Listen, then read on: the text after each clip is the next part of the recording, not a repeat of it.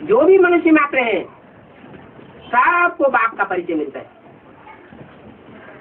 नंबरवार याद करने के लिए सानिध्य मिलता है, संग का रंग मिलता है।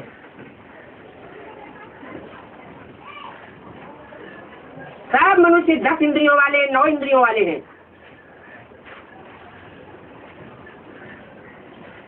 कोई अपनी सब इंद्रियों से परमात्मा का सानिध्य प्राप्त कर लेते हैं और जास्ती से जास्ती सानिध्य प्राप्त करते हैं, और कोई आत्माएं कम सानिध्य प्राप्त करती है। उन आत्माओं में सबसे पावरफुल आत्मा कौन बनती है? जो जास्ती से जास्ती सानिध्य प्राप्त करती हो, है जगदम्बा। जगदम्बा सारे जगत की अम्बा है। उसे गीता माता कहो, सतसी माता कहो, क्या नाम? प्रकृति रचना, प्रकट रूप से जिसकी रचना की गई, माना एड़ी चोटी की सारी पावर लगा करके परम पिता परमात्मा ने उसकी रचना की है, और उसने जितना सर्व इंद्रियों से सानिध्य प्राप्त किया है उतना सानिध्य और कोई भी मनुष्य आत्मा को प्राप्त नहीं होता।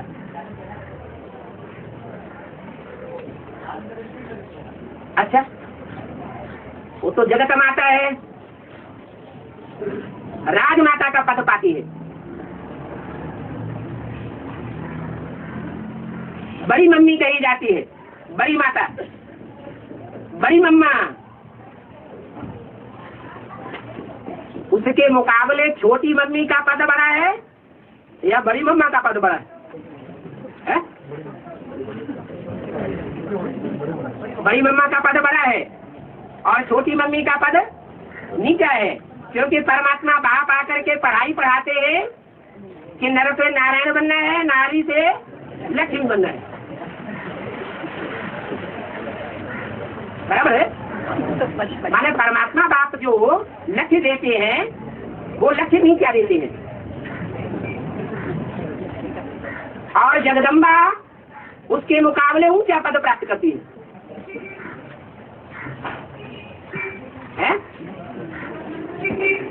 अरे बाप जो पढ़ाई पढ़ाएंगे, ऊंची पढ़ाई पढ़ाएंगे, ऊंचा लक्ष्य देंगे या नीचा लक्ष्य देंगे? बाप तो जरूर ऊंचा लक्ष्य देंगे। ऊंचा लक्ष्य है कि नर से नारायण बनना है, नर से नारायण बनने की पढ़ाई पढ़नी है और नारी से लक्ष्मी बनने की पढ़ाई पढ़नी है। कोई नारी कहे ये क्या बात, हम क्यों लक्ष्मी बने? नारायण के कंट्रोल में रहना पड़ेगा, जन्म जन्मांतर के संस्कार पड़ जाएंगे राजा के कंट्रोल में रहने के, हम नहीं किसी के कंट्रोल में रहते। तो ये श्रेष्ठ विचार धारणा है या नीची धारणा है? क्यों ये धारणा नीची क्यों है? श्रीमत के बरखिलाफ क्यों है? नारी से लक्ष्मी बनने को बताया है बाबा। हाँ, नारी जो है वो कलयुग के अंत में कोमल शरीर वाली होती है, कोमल स्वभाव वाली होती है, कोमल इंद्रियों वाली होती है। कलयुग के अंत में नारी अबला बन जाती है। क्यों? क्योंकि सब पुरुषों को बोला है, सब पुरुष दुर्योधन दुशासन। नंबरवार उनमें प्रजापिता और ब्रह्मा की सोल भी आ जाती है, रामकृष्ण की आत्माएं भी आ जाती है। अगर राम की आत्मा में सुप्रीम सोल शिव का आदेश ना माना जाए तो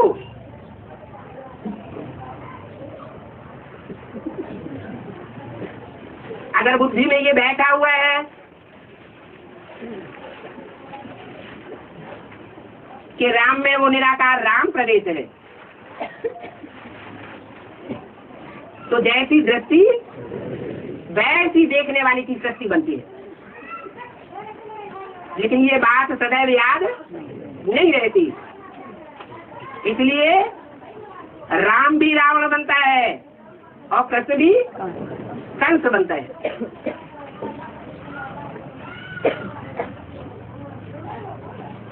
कंस बनना और रावण बनना ये लाजमी है। कब? सतो प्रधान शूटिंग में या तमो प्रधान शूटिंग में? जब सारी शक्ति तमो प्रधान बन जाती है। सिर्फ प्रकृति की ही बात नहीं है, प्रकृति तो जड़त्वमयी है। जड़त्वमयी प्रकृति ज्ञान को पहले नहीं समझ सकती, इसलिए मुरली में बोला है, मेरे साथ रहने वाले बच्चे मेरे को नहीं पहचान पाते। और सबसे ज्यादा साथ कौन देती है? तन से जगदम्बा। लेकिन जड़त्वमयी प्रकृति होने के कारण बात को नहीं पहचान पाती।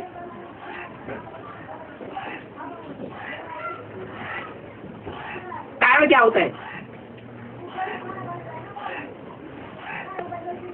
स्त्री चूल्हा,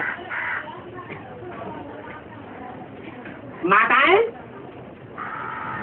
माता का जो शरीर है वो कलयुग के अंत में चाहे कन्याएं हो चाहे माताएं हो अबला बन जाती है। वो तब तक अबला है जब तक सुप्रीम सोल बाप के साकार स्वरूप को पूरा पूरा नहीं पहचानती, दूसरों के प्रभाव में आती रहती है। जब पूरा पहचान लेती है तो पति परमेश्वर वाली जो बात भक्ति मार्ग में चलती है वो सिर्फ परमात्मा बाप के ऊपर लागू होती है। परम ईश्वर का मतलब ही है, ईश्वर माना शासन करता, ईश्वर माना शासन, और परमेश्वर माने परम शासन करता। जो भी शासन करने वाले हैं उनसे भेंट की गई परम शब्द के द्वारा। जैसे अंग्रेजी में कहते हैं गुड बेटर बेस्ट, माना बेस्ट एक होगा या अनेक होंगे? एक होगा। ऐसे ही परम शब्द आता है, परमेश्वर है,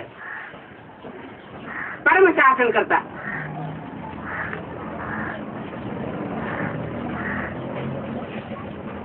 बुद्धि या मन बुद्धि रूपी आत्मा दूसरों से प्रभावित होने की आदि हुई पड़ी है तो बुद्धि में 5 पतियों की बात आ जाती है। मुरली में आया है, तुम सब द्रौपदियां हो, तुम सब सीताएं हो।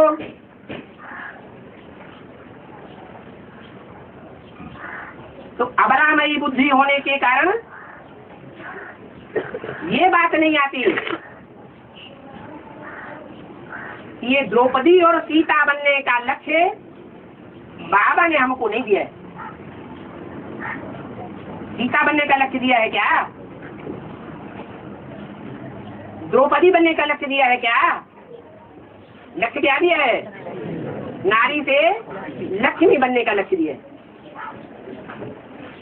वही श्रेष्ठ के श्रेष्ठ पद है। क्यों? कन्याओं माताओं के लिए श्रेष्ठ से श्रेष्ठ पद क्यों है वो?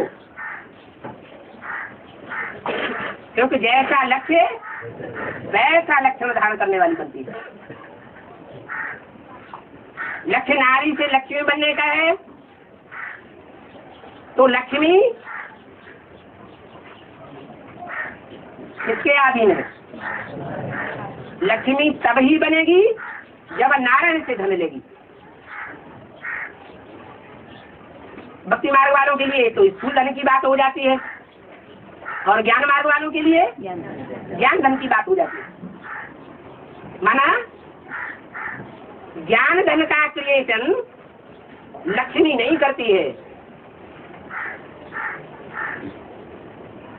वो मनन चिंतन मंथन करके मक्खन नहीं निकालती है,